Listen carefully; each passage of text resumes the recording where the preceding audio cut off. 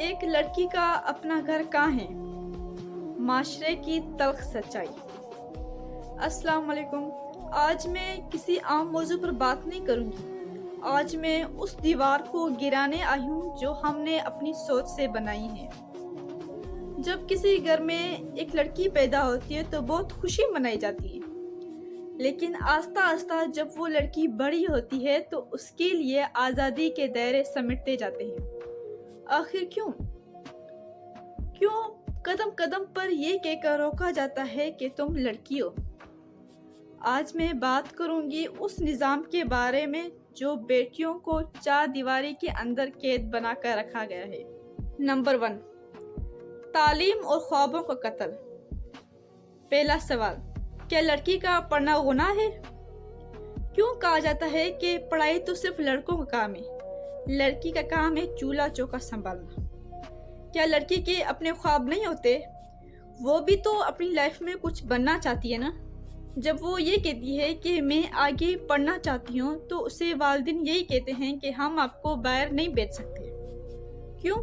کیونکہ وہاں کا ماحول خراب ہے۔ یہ ماحول بھی تو ہم نے خود خراب کیا ہے نا۔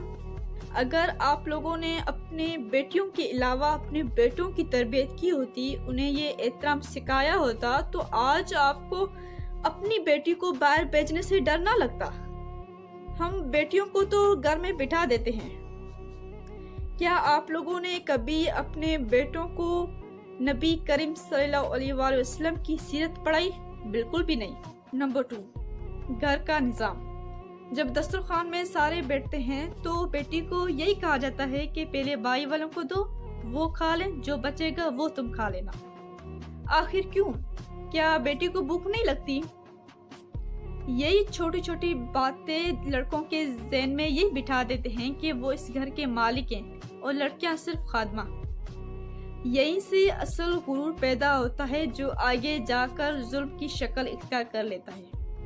ہمارے نبی کریم صلی اللہ علیہ وآلہ وسلم نے تو اپنی صاحبزادی حضرت فاطمہ رضی اللہ تعالیٰ عنہا کے لیے تو کھڑے ہو جاتے تھے۔ آپ نے تو عورت کو وہ مقام دیا کہ بیٹیوں کو اللہ کی رحمت قرار دیا۔ ہم نے ان تعلیمات کو بلا کر خود ساختہ رسومات کو دین کا حصہ بنا لیا ہے۔ 3، تحفظ اور بڑھتے ہوئے جرائم۔ اور سب سے زیادہ تکلیف دہ بات، آج کل چھوٹی چھوٹی بچوں کے ساتھ ہونے والے واقعات اور ان پر ہونے والے ظلم کون کر رہا ہے؟ یہ سب صرف لڑکے۔ کیوں؟ کیونکہ انہیں یہ نہیں سکھایا گیا کہ اگر تم طاقتور ہو تو اس کا مطلب یہ نہیں کہ تم کسی کی زندگی کو برباد کر دو۔ آج لڑکی باہر نکلنے سے ڈرتی ہے، اکیلے سفر نہیں کر سکتی۔ کیوں؟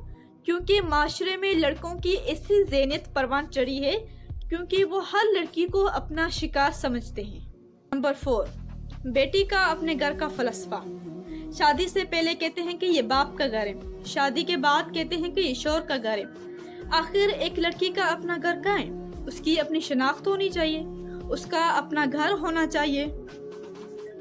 جب ایک لڑکی معاشی طور پر خود مختار ہوگی تو اسے کسی کے آگے ہاتھ پھیلانے کی ضرورت نہیں پڑے گی۔ اپنی بیٹی کو اتنی تعلیم، اتنا علم دیں کہ وہ اپنا فیصلہ خود کر سکے۔ آخرکار بات آ گئی لڑکے پر۔ اپنے بیٹوں کو ایسی تربیت دیں کہ جس طرح وہ اپنی بہن کی عزت کرتے ہیں اسی طرح وہ دوسروں کی بہنوں کی بھی عزت کریں۔ لڑکی کو تو یہ بھی سکھایا جاتا ہے کہ اگر گھر میں کوئی رشتہ دار آ جائے تو اسے زیادہ بات نہیں کرنی ہے، اسے ہاتھ دینے کی بھی ضرورت نہیں ہے۔ وہ لڑکی تو اتنی ڈری ہوتی ہے کہ راستے میں باپ یا بھائی جا رہا ہو تو اس سے بات تو کیا اس کی طرف دیکھتی بھی نہیں ہے، وہ اتنی ڈری ہوتی ہے۔ اسے اپنی عزت کا اتنا خیال ہوتا ہے کہ کوئی اور کیا سمجھے گا میرے بارے میں، میری بھی کوئی عزت ہے۔ اور آج کل کے لڑکے آ کر ان کی عزت کو ایسے اچھال دیتے ہیں، ان کی پوری زندگی کو تباہ کر دیتے ہیں۔ ان کے بھی کچھ خواب ہوتے ہیں۔ آخر میں والدین کو یہی کہنا چاہتی ہوں کہ اپنی بیٹیوں کو کمزور نہ سمجھے، انہیں اپنی طاقت بنائیں اور اپنے بیٹوں کو نبی کریم صلی اللہ علیہ وآلہ وسلم کی سیرت پڑھائیں۔ انہیں سکھائیں کہ ایک عورت کی عزت کتنی اہم ہے اور ایک عورت کی عزت کس طرح کی جاتی ہے۔